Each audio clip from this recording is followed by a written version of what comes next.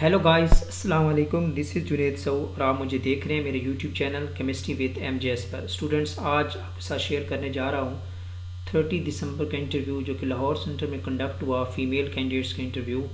तो आज के इंटरव्यूज़ काफ़ी हेल्पफुल होने वाले हैं आपके लिए। बहुत इंटरेस्टिंग क्वेश्चन पूछे गए हैं और कुछ न्यू क्वेश्चन भी हैं एनालिटिकल केमिस्ट्री से रिलेटेड। तो आज की जो इंटरव्यू आपके लिए बहुत इन्फॉर्मेटिव होगा, तो इसको एंड तक देखिएगा। इससे पहले मेरे चैनल को सब्सक्राइब कीजिए और बेल आइकन पे प्रेस करना मत भूलिए।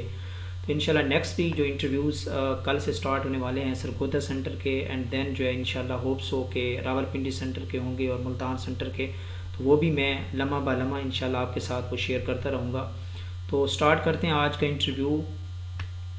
तो फर्स्ट कैंडिडेट का जो इंटरव्यू आज कंडक्ट हुआ लाहौर सेंटर पे, उनसे चेयरमैन ने पूछा वेलकम टू पीपीएससी बेटा, एंड देन उन्होंने पूछा कि are you feeling comfortable, and then subject specialist को जो क्वेश्चन पूछे गए वो मैडम थी स्पेशलिस्ट, उनके जो क्वेश्चन पूछा गया व्हाट आर कार्बोहाइड्रेट्स।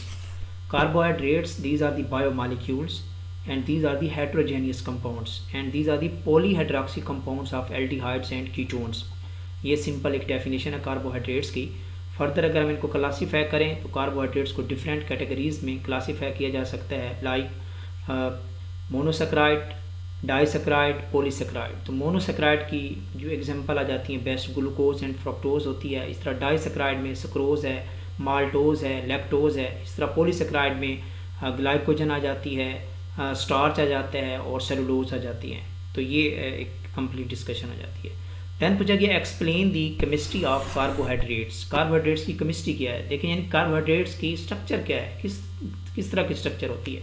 अगर हम इसकी स्ट्रक्चर की बात करें तो इसका जनरल फार्मूला है CxH2O जो कि वेरी कर रहा होता है, वाई डिपेंड कर रहा होता है कितने उसमें पॉलीहाइड्रॉक्सी कंपाउंड्स हैं, एंड एक्स फॉर के number of carbon, different number of carbon atoms. तो ये इसका जनरल फार्मूला है, यानी कि carbohydrates containing the carbon, hydrogen and oxygen. Carbon, hydrogen and oxygen containing compounds, these are the hydrocarbons and polyhydroxy compounds, these are known as carbohydrates. ये chemistry है carbohydrates की। Then पूछा गया do you know about the solid phase extraction. Very very important question, बहुत typical question है। Analytical chemistry जिन्होंने पढ़ी हुई है उन्होंने ये ज़रूर पढ़ा है, सॉलिड फेज एक्सट्रैक्शन के बारे में वो ज़रूर जानते हैं।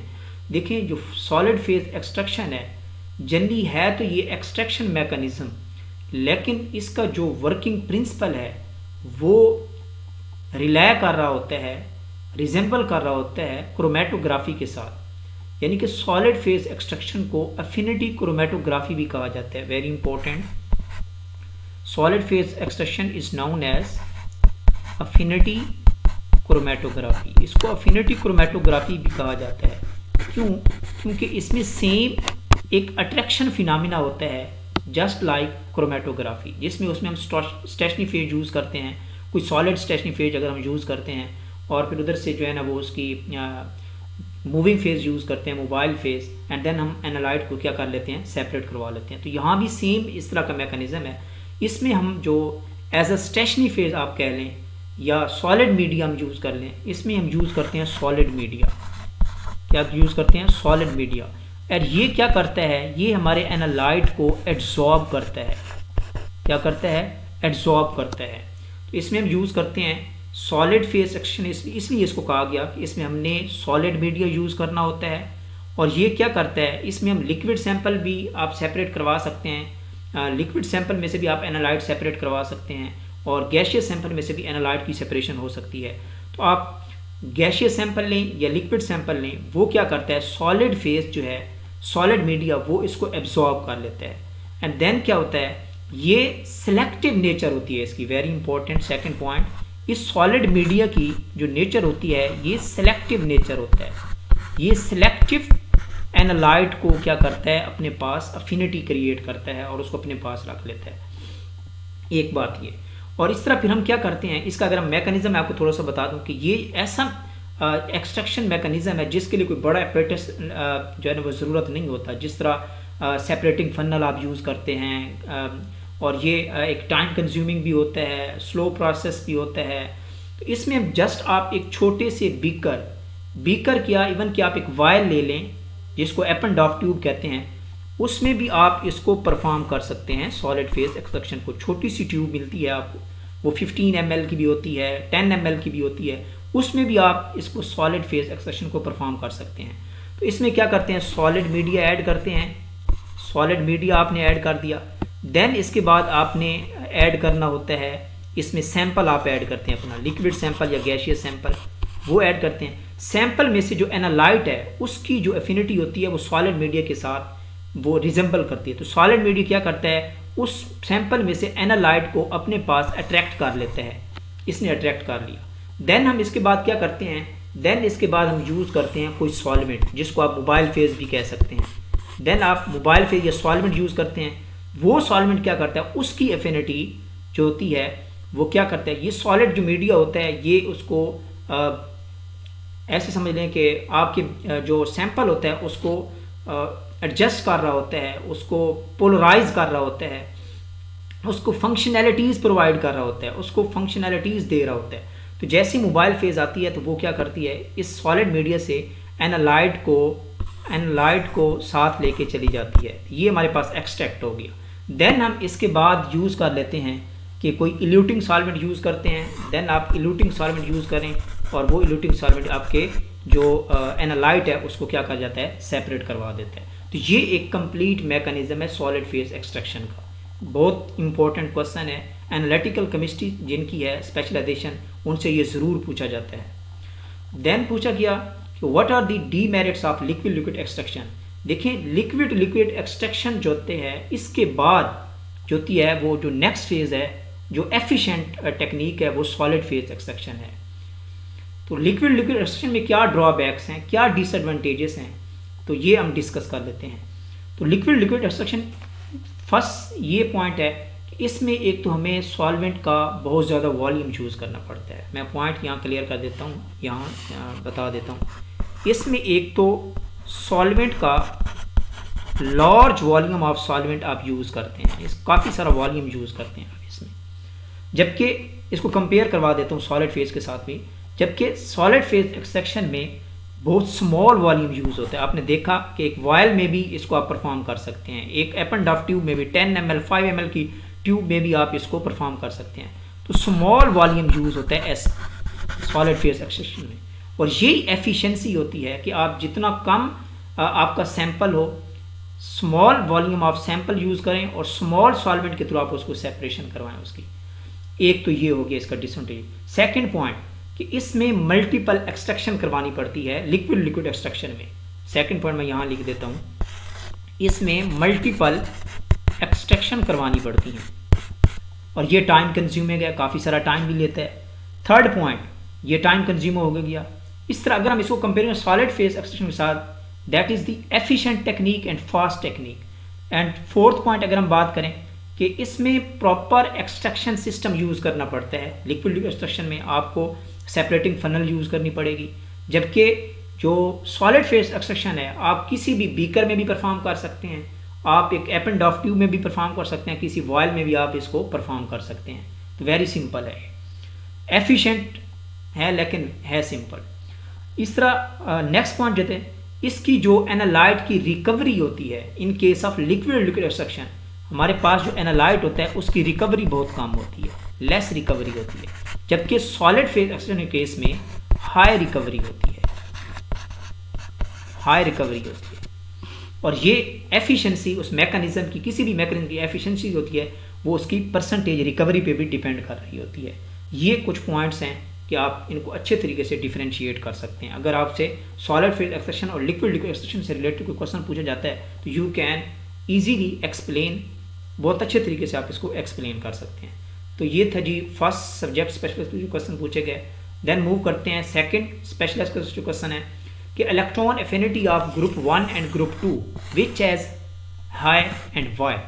इनमें से ग्रुप 1 के जो अल्कली मेटल्स हैं और ग्रुप 2 के अल्कलाइन अर्थ मेटल्स हैं, इनमें से जो इलेक्ट्रॉन एफिनिटी होती है वो किसकी हाई होती है। देखिए इलेक्ट्रॉन एफिनिटी जनरल जो ट्रेंड है वो तो ये है कि लेफ़्ट टू राइट हम देखते हैं कि लेफ़्ट टू राइट जो होती है इलेक्ट्रॉन एफिनिटी इंक्रीज होती है।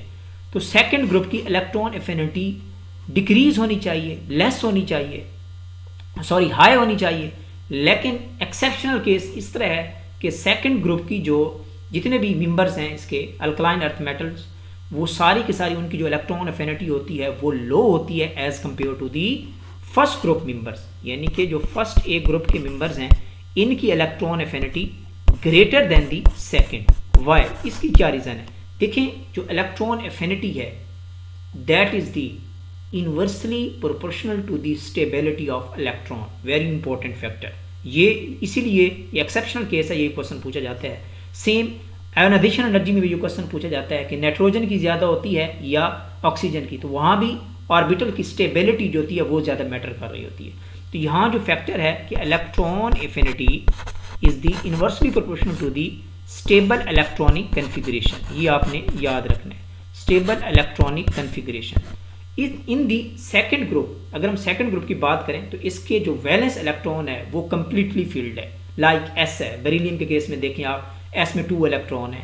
इस तरह बेरिलियम, मैग्नीशियम है, कैल्शियम है, उसमें भी वैलेंस इलेक्ट्रॉन कंप्लीटेड है। तो उसमें जो इलेक्ट्रॉनिक कन्फिगरेशन है वो स्टेबल है, और वहाँ जो है स्टेबल इलेक्ट्रॉनिक कन्फिगरेशन की वजह से इसकी जो इलेक्ट्रॉन एफिनिटी है, इलेक्ट्रॉन ऐड करने की जो कैपेसिटी है वो बहुत कम चांसेस होते हैं।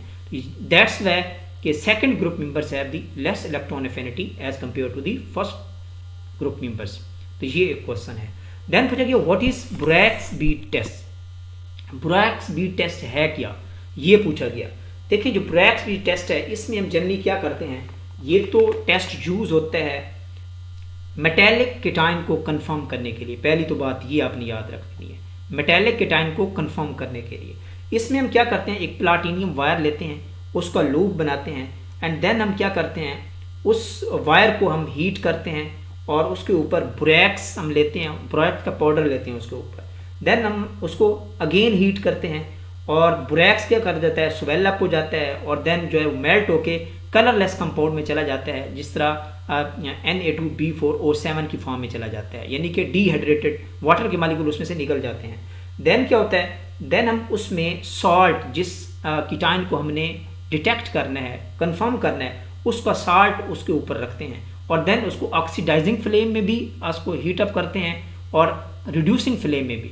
दोनों फ्लेम में उसका कलर डिफरेंट आता है, ये इंपॉर्टेंट है। अब मैं उसके कलर भी आपको बता देता हूँ, केमिस्ट्री में बाद में इसकी इक्वेशन डिस्कस करता हूँ आपके साथ। देखें, अगर हम कॉपर है हमारे पास, कौन है, कौन सा कीटाइन है, कॉपर है, तो कॉपर ऑक्सीडाइजिंग फ्लेम में ये हमें कलर देता है ब्लू। क्या देता है, ब्लू देता है। जबकि रिड्यूसिंग फ्लेम में ये रेड देता है। इस तरह एक और एग्जांपल ले लेते हैं, आयरन की ले लें आप। आयरन के केस में जो ऑक्सीडाइजिंग फ्लेम में इसका जो कलर होता है वो होता है येलो, इसका येलो कलर होता है। जबकि रिड्यूसिंग फ्लेम में इसका जो कलर होता है आयरन का वो होता है ग्रीनिश टाइप होता है।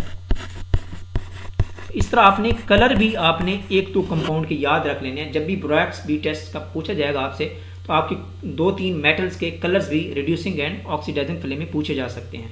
तो ये है ब्रैक्स बी टेस्ट। अब what is the chemistry of brax B test, actual में ये होता क्या है, तो इसकी केमिस्ट्री हम डिस्कस कर लेते हैं। ये भी रिपीटेड क्वेश्चन है, लास्ट टाइम भी लाहौर इंटरव्यू में पूछा जा चुका है। इसमें हम क्या करते हैं, ब्रैक्स को हीट अप करते हैं। सिंपल हम यहाँ नोट कर लेते हैं, ब्रैक्स को क्या करते हैं, इसको हीट अप करते हैं। जैसे इसको हीट अप करते हैं तो वाटर के मालिक्यूल यहाँ से इवेपोरेट हो जाते हैं, और ये ग्लासी टाइप मटेरियल हमारे पास आ जाता है, Na2B4O7 आ जाता है। देन क्या करते हैं, इसको हीट अप किया जाता है। जब इसको हीट अप करते हैं तो ये हमें मिलता है Na, सोडियम बोरेट मिलता है, NaBO2, और साथ में मिलता है boric anhydride B2O3। And very important, boric anhydride basically बहुत इंपॉर्टेंट है। इसके अलावा फिर हम क्या करते हैं, हम सॉल्ट लेते हैं मेटल का, जो मेटल का सॉल्ट होता है। जैसे ही उसको ऑक्सीडाइजिंग या रिड्यूसिंग फ्लेम में हीट अप करते हैं, सॉल्ट ऑफ मेटल, किसी भी मेटल का आप सॉल्ट ले लें, उसको हीट अप किया जाता है। उससे क्या होता है, उस मेटल का ऑक्साइड बन जाता है, और साथ जो है वो कोई गैस इवेपोरेट हो जाती है। एंड देन हम क्या करते हैं, उस मेटल का ऑक्साइड लेते हैं, उस मेटल का ऑक्साइड, और इसको रिएक्ट करवाते हैं B2O3 बोरिक एनहाइड्राइड के साथ। इसके रिजल्ट में हमें मेटाबोरेट मिलता है, मेटाबोरेट। और ये हमें क्या देता है, और कलर्ड कंपाउंड होता है ये मेटाबोरेट। ये है जी एक केमिस्ट्री बोरैक्स वीट टेस्ट की। तो ये क्वेश्चन आज के कैंडिडेट से पूछे गए हैं, बहुत इंपॉर्टेंट क्वेश्चन है, रिपीटेड क्वेश्चन भी हैं। इन क्वेश्चन को आप अच्छे तरीके से देख लें, नोट कर लें, और चैनल को ज़रूर सब्सक्राइब कीजिए। इंशाल्लाह नेक्स्ट सरगोधा के इंटरव्यूज़ हैं, और कुछ फैसलाबाद के सेंटर्स के भी इंटरव्यूज़ अभी कैंडिडेट्स के रहते हैं, लाहौर के भी अभी रहते हैं, तो परेशान होने की ज़रूरत नहीं है। तो इनको डिफरेंट बैचेस में उन्होंने डिवाइड किया हुआ है, due to the number of candidates की वजह से इनको डिफरेंट बैचेस में डिवाइड किया जा चुका है। तो आपके इंटरव्यूज़ जल्द इंशाल्लाह होने वाले हैं, तो अपना ख्याल रखिए। अल्लाह हाफिज़।